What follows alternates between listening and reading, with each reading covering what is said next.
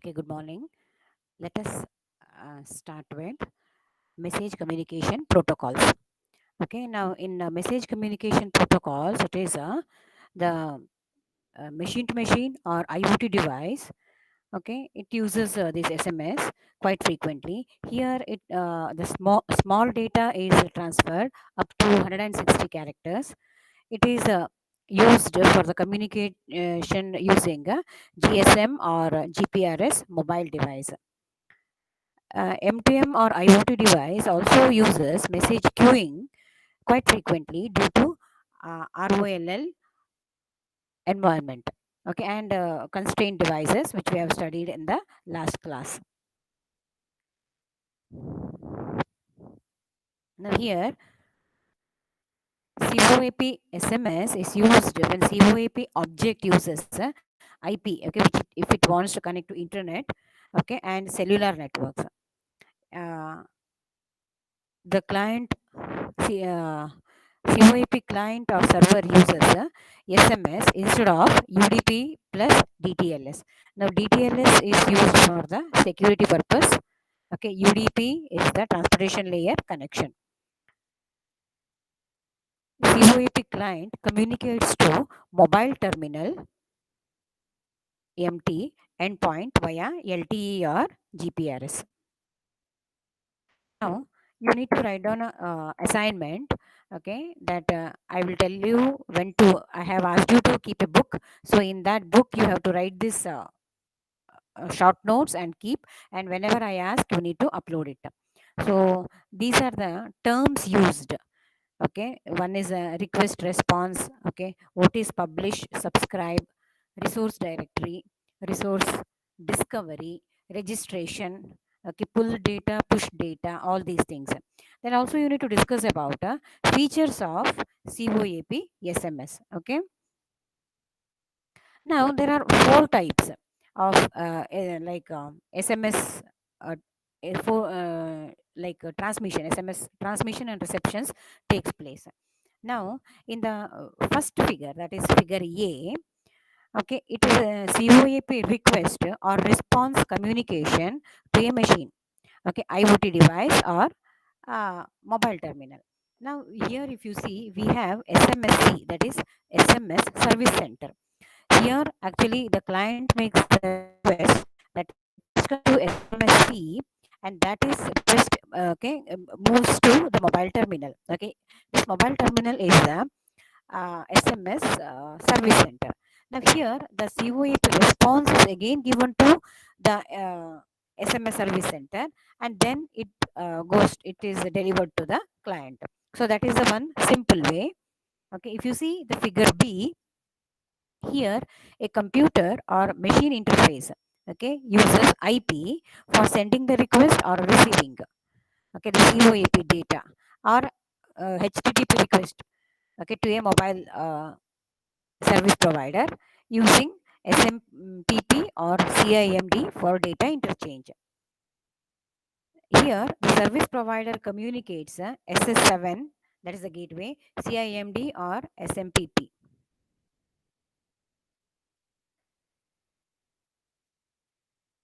The terminal sends the response to the origin using SMS service center and COAP MQ broker. Okay, if you see the figure C here, it shows the COAP request or response communication from a machine, okay, IoT device or uh, mobile origin.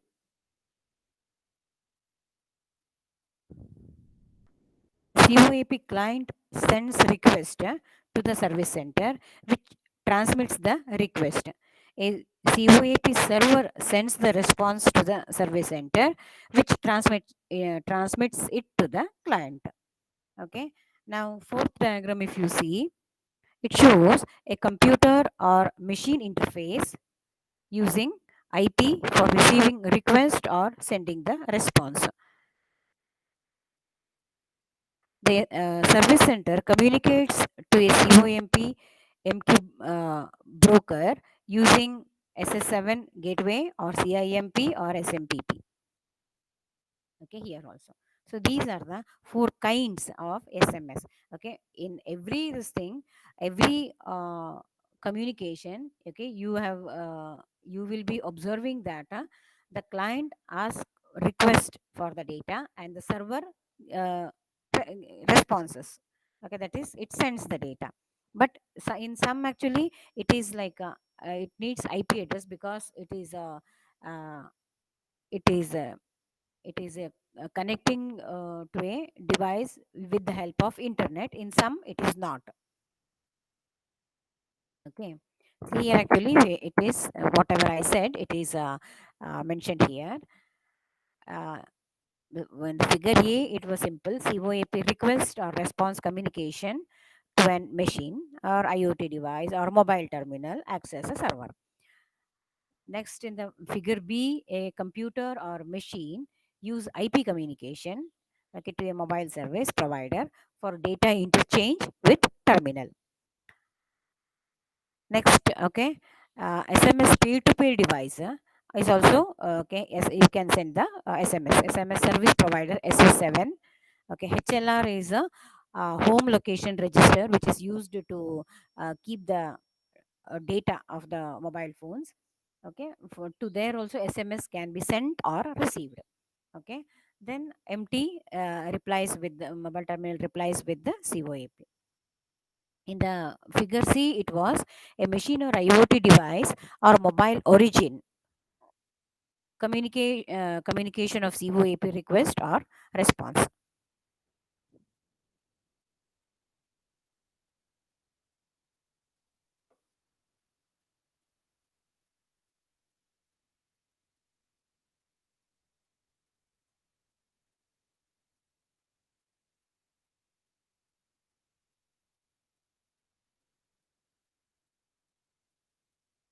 Okay, now this is the diagram for a COAP message queue. Okay, it is a COAP message queue. Now, actually, how this message queue protocol works, okay, is explained with the help of this diagram. Here, data interchanges between COAP MQ endpoints. Okay, COAP endpoints means COAP client or COAP server. Okay, see here endpoints is having client also, server also. This will have a function set to work, to operate. Okay, here publish subscribe is also there, registration is also there, and present state information is also continuously exchanged. That data is exchanged with the broker. Okay, message queue broker. Now what is the job of this message queue broker?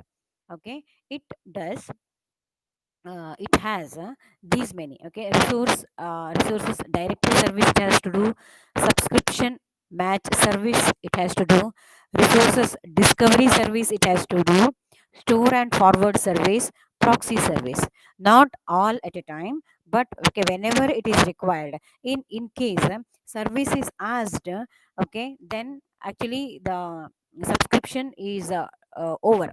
Okay, initially service was asked, but after some time the subscription is over. In that case the last data, okay, that will be stored in the uh, COAP MQ broker. So like this only all will have its function. Okay, match service. Now when actually in this, okay, publish subscribe or you have that request response. In that whatever request has come, for that the responses has to be matched. Okay, from here. So that is done at this point. So similarly, if at all it has to communicate with the another COAP, okay, protocol, then proxy service comes into picture.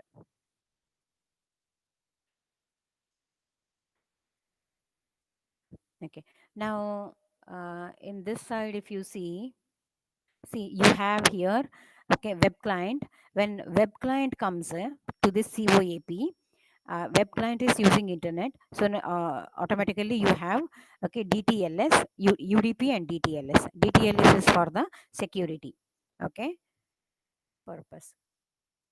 So this is about the uh, COAP machine queue, sorry, message queue, okay. So same thing whatever I have explained, okay, that is here in this. Next, coming to message queue telemetry transport. So it is a lightweight. What is message queue telemetry transport? The word telemetry means it is sending or receiving the measured values, okay, or messages to a far off places. So how does this achieve? It is a lightweight, okay, publish subscribe messaging protocol designed for machine to machine, okay, telemetry in low bandwidth environment. The broker is primarily responsible for receiving all messages, filtering the messages, okay, decide who is interested in them, and then publishing the message to all the subscriber clients. It can be one to one, it can be one to many, it can be many to one. That is also possible. Okay, that is one client is requesting for many data, that is also possible. Okay, many clients are requesting for one data, that is also possible. One client is requesting for one data, that is also possible. So that is done in M2M environment by MQTT.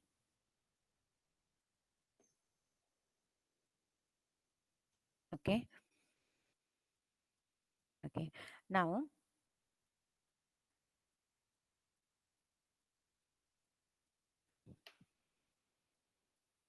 if you see here the block diagram of MQTT broker, okay, you will find subscription match in the MQTT broker. What all functions it has to do?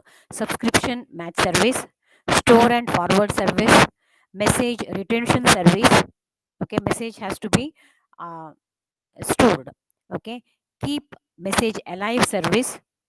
Okay, then topic is like which type it is.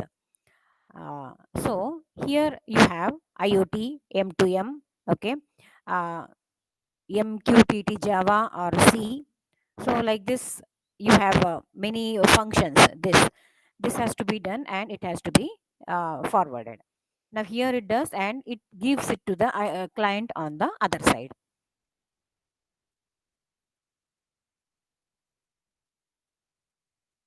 Okay. Next.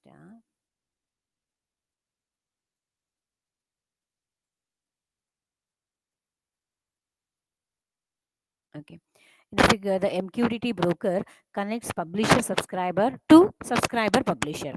As I said, both the sides it can data can transfer. The device objects use MQTT Java, C or JavaScript library functions. Web objects use MQTT library functions and communication using IP, SSL, TLS security. Okay. Now, what is the function of the broker? It stores messages from publisher and forwards it to subscriber.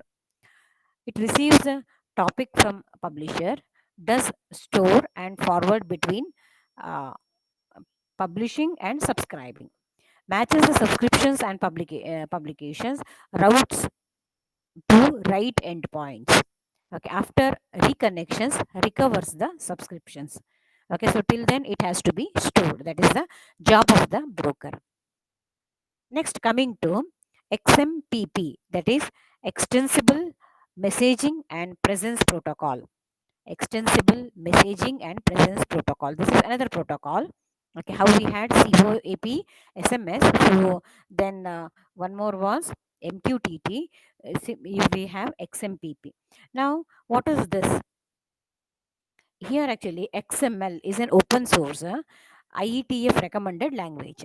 Okay, this is widely used for encoding messages and text. Okay, now a text element in an XML document can correspond to data, message, notification, command, alert, okay, anything. or value of an entity. It can be anything. Okay, there is a way to tag in which text is featured between the tag and it is associated with the end tag. So check here. It is given in this way. So XMPP protocol, okay, it is usually written in XML format. So what is XML format? It is this way. Okay, if now this is the address ID, okay, of the your entity. Now this is actually the XML uh, command. This is the end command. Okay, it is tagged command and end command. Now here time, date, all these time, date, okay, all these datas will be stored. Okay, now how actually it is stored?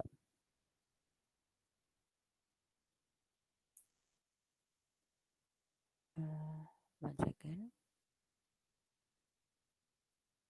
Okay, how actually it is stored? Now uh, the interpretation and use of the text, okay, within the tag pair. Now actually I showed you the tag pair. This is the tag pair. Okay, interpretation is done with the help of parser and associated application. Now what does the parser do? Okay, so it uses the XML file as input, then that output is given to the application. Okay, the parser and application can be in Java or C or any other programming language. So the output of the application is a report which consists of, in this case, time, date, etc. Okay, whatever is the data that will be stored. So in that way, the transmission and from there the decoding is done. Okay, what are the features of XMPP? So it is interoperable. Okay, it Google Talk is one of the example. So it enables instant messaging between many clients. Okay, uh, by presence notification and chat features. Chatting and multi-user chat after creation of chat room. Different users at an instance in chat room can do instant messaging. Okay, messages notify presence for the instant messages to one or many at the same time.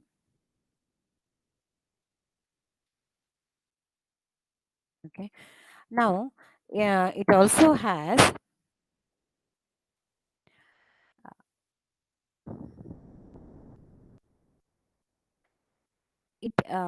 XCPs, that is additional features. Okay, for new applications. XCP is for additional uh, new features for applications. For example, XCP file transfer, XCP service, okay, service discovery, XCP publish subscribe, okay, and personal eventing protocol, file transfer, uh, then voice and video transfer. All these, okay, can be done using additional protocol, that's extension protocol XCPS.